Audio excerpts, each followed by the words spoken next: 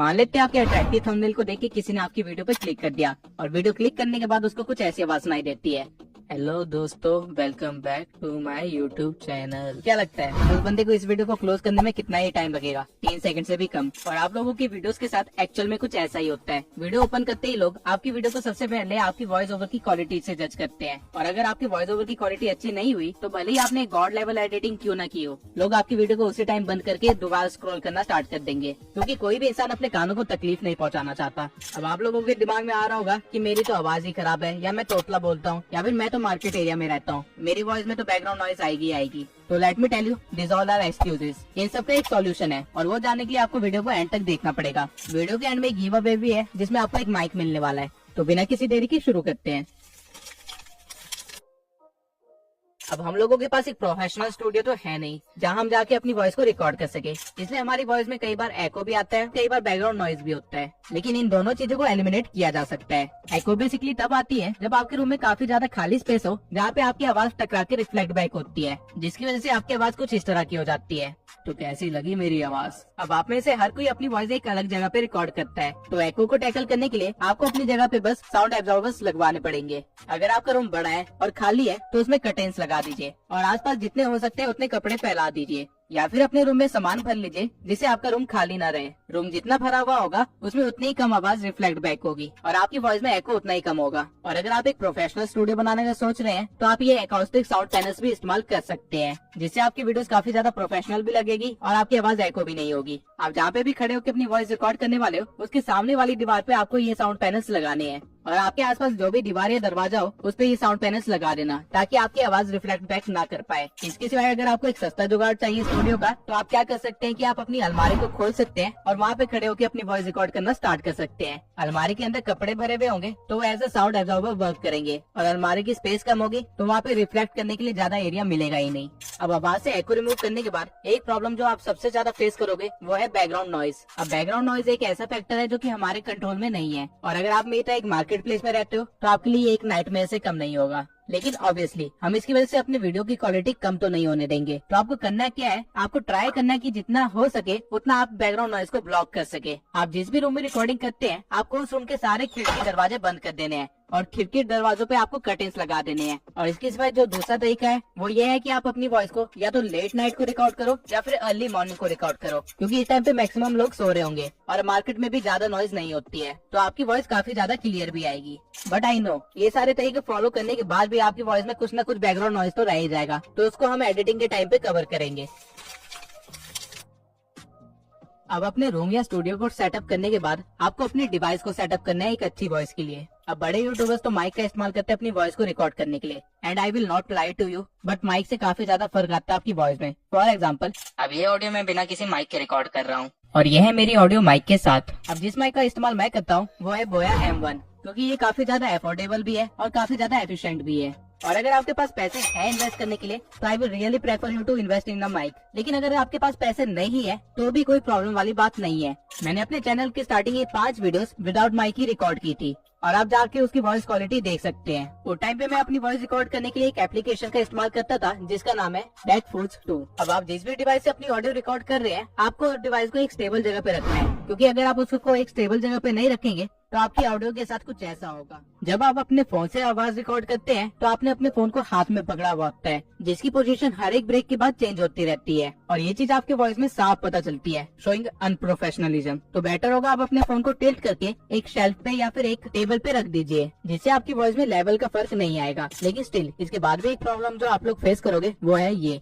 Just like जैसे आपने मेरी आवाज में अभी एयर को सुना, ठीक वैसे ही आपकी वॉइस ओवर में भी काफी ज्यादा फूक की आवाज आती है। तो आप इस चीज से छुटकारा कैसे पाए? नॉर्मली जब भी आप एस या एफ वाले वर्ड बोल रहे होते हैं तो आपके मुंह से हवा भी निकलती है, जो कि आपका माइक रिकॉर्ड कर लेगा, क्योंकि आप अपने माइक के काफी करीब रह के वॉइस ओवर रिकॉर्ड कर रहे होंगे। तो अब इससे बचने के सिर्फ 2 ही तरीके हैं। पहला, या तो आप अपने फोन को इस तरह टिल्ट करके रखो कि वो डायरेक्टली आपके माउस से आवाज को कैप्चर करने की जगह नीचे से आवाज को कैप्चर करे, इससे आपके वॉइस ओवर में फोक वाला एलिमेंट नहीं आएगा। और दूसरा तरीका ये है कि आप थोड़े से पैसे खर्च करके एक माइक कवर खरीद लो, जो कि एज ए फिल्टर काम करेगा आपके वॉइस ओवर के लिए, और आपके मुंह से फोक वाली आवाज बिल्कुल भी कैप्चर नहीं होगी। लेकिन अगर आप पैसे खर्च नहीं करना चाहते हैं तो एक बहुत ही सस्ता जुगाड़ है। आपको सर्दी में पहनने वाले सॉक्स को लेना है और उससे अपने फोन के माइक को कवर कर लेना है, और उसके बाद अपनी रिकॉर्डिंग स्टार्ट करनी है। ये भी बिल्कुल सेम काम ही करेगा और बिना पैसे खर्च हुए आप अपनी आवाज से फूक वाला एलिमेंट गायब भी कर लोगे। अब एको, बैकग्राउंड नॉइज, वॉल्यूम के लेवल और एयर को कंट्रोल करने के बाद ये चीज का आपको ध्यान रखना है वो है आपका पोस्चर।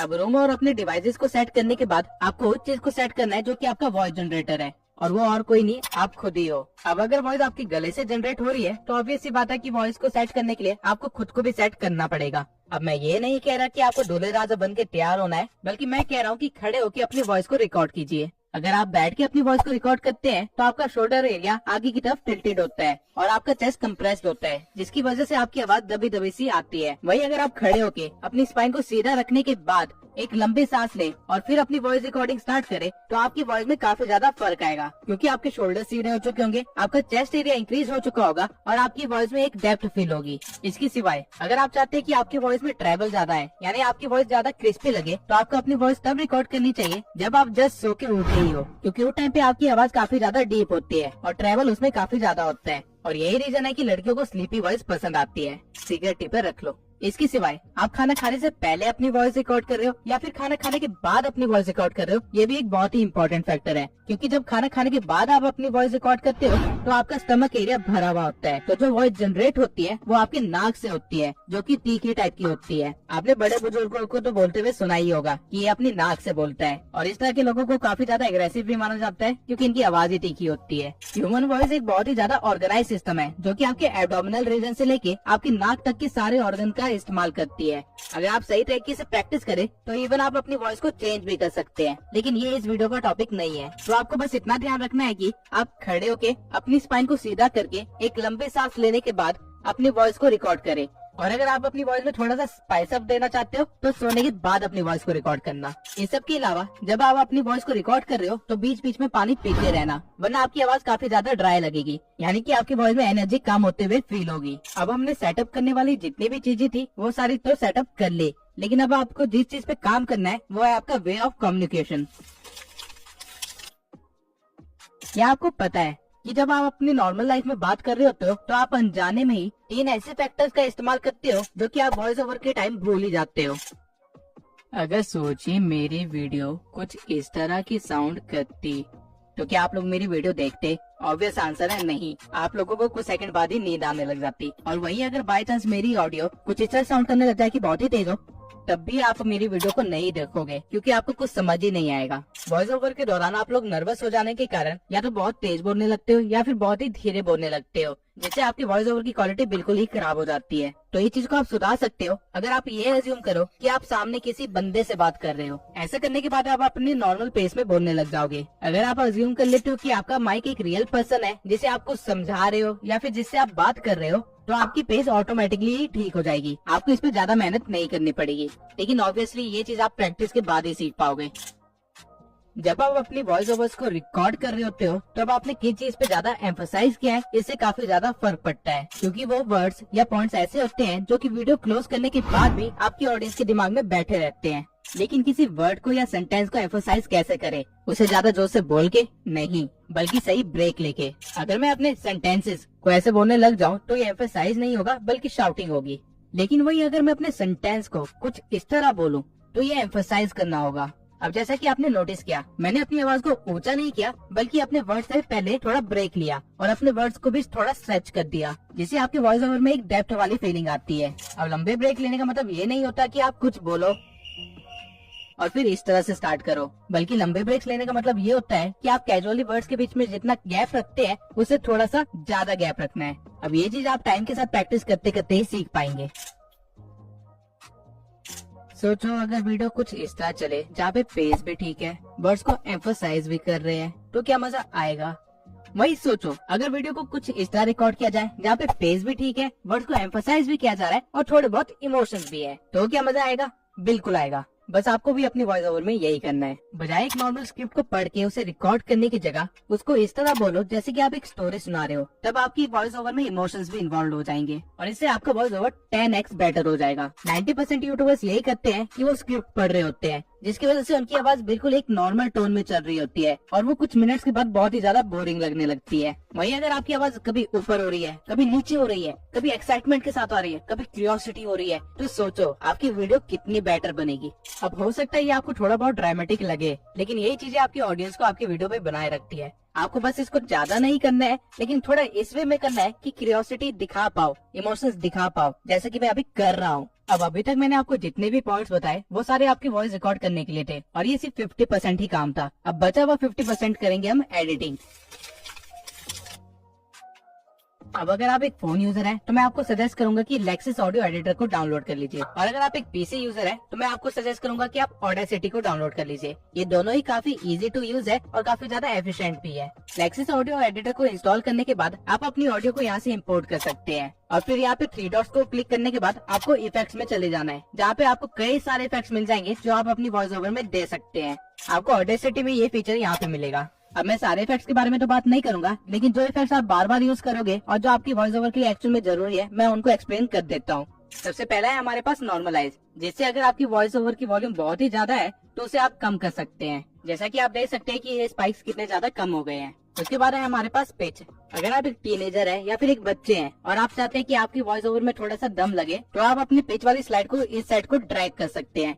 अब इस चीज को ज्यादा मत करना, वरना आपकी वॉइस ही खराब हो जाएगी। वहीं अगर आपकी वॉइस कुछ ज्यादा ही डीप है या फिर कुछ ज्यादा ही गहरी है, तो इस स्लाइडर को आप राइट साइड को ड्रैग कर सकते हो, जिससे आपकी वॉइस में थोड़ा सा कार्टूनिश या बच्चों वाला इफेक्ट आ जाता है। अगेन इसको ज्यादा ड्रैग नहीं करना है, वरना वॉइस खराब हो जाएगी। ये आप अपनी वॉइस के अकॉर्डिंग देख सकते हैं। पिच के बाद है हमारे पास नॉइज रिडक्शन। अब वीडियो के स्टार्टिंग में मैंने जो सारे ट्रिक्स बताए थे और जिसके बाद हमारे पास फिर भी बैकग्राउंड नॉइज बच गई थी, उसको आप यहाँ से रिमूव कर सकते हैं। जितना ज्यादा आप थ्रेशोल्ड को बढ़ाएंगे उतना ज्यादा ही वो बैकग्राउंड नॉइज को दबाएगा, लेकिन मेक श्योर ये भी अगेन ज्यादा मत करना, वरना वो आपकी वॉइस को भी कट करने लग जाएगा। उसके बाद है हमारे पास इक्वलाइजर एंड एम्पलीफायर। अब ये ग्राफ आपकी वॉइस की बेस एंड ट्रेबल को शो करता है। लेफ्ट साइड वाले जितने भी स्लाइडर्स हैं वो सारे आपके बेस को कंट्रोल करते हैं और राइट साइड वाले जितने भी है वो आपके ट्रेबल को कंट्रोल करते हैं। अब आप अपनी वॉइस के अकॉर्डिंग देख सकते हैं कि आपको बेस बढ़ाना है या ट्रेबल। अगर आप चाहते हैं कि आपकी वॉइस क्रिस्पी आए तो आप अपने ट्रेबल को बढ़ा सकते हैं। वही अगर आपको लगता है कि आपकी वॉइस ऑलरेडी काफी तीखी है तो आप अपने वॉइस में बेस को बढ़ा सकते हैं। अब ये टोटली आपके ऊपर है कि आपकी वॉइस कैसी है और आपको किस चीज को बढ़ाना है या कम करना है। अब इसके साथ आप आराम से एक्सपेरिमेंट कर सकते हैं और एक पूरा दिन लगा सकते हैं अपनी वॉइस को अच्छे से जानने के लिए, क्योंकि ये चीज आपको फ्यूचर में बहुत काम आएगी। अब इसके सिवाय यहाँ पे और कई सारे इफेक्ट्स हैं जिनको आप एक्सप्लोर कर सकते हैं, लेकिन इनकी जरूरत आपको नहीं पड़ेगी या फिर बहुत ही रेयरली पड़ेगी, तो ये टोटली आपके ऊपर है।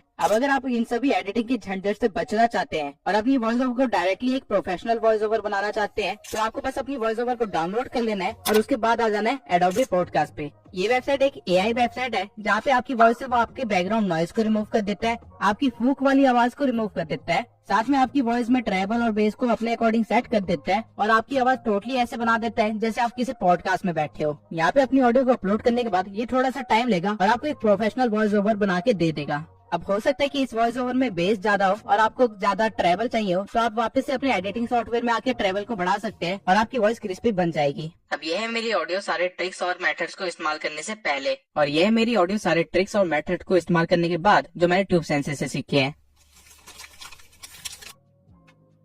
आई होप ये सारे मेथड इस्तेमाल करने के बाद आपकी वॉइस ओवर इम्प्रूव होगी और आपकी वीडियो पे और भी ज्यादा व्यूज आएंगे। लेकिन आपकी मदद करने के लिए मैं आपको एक गिव अवे देना चाहता हूँ। अब गिव अवे अनाउंस करने से पहले मैं पिछले गिव अवे के विनर को अनाउंस करना चाहता हूँ, जिसको एनवांटो एलिमेंट्स का एक्सेस फ्री में मिलने वाला है। तो हमारे पिछले गिव अवे का विनर है ग्रोरिक। मैं ग्रोरिक से रिक्वेस्ट करूंगा कि वो मुझे इंस्टा पे डीएम करे ताकि मैं उनको एनवांटो एलिमेंट्स का सब्सक्रिप्शन दे सकूं। इसके सिवाय इस वीडियो की गिव अवे में मैं आपको बोया M1 माइक फ्री में दूंगा। गिव अवे में पार्टिसिपेट करने के लिए बस आपको एक अच्छा सा कमेंट कर देना है और चैनल को सब्सक्राइब कर देना है, और ठीक इसी तरह मैं अगली वीडियो में विनर को अनाउंस करूंगा।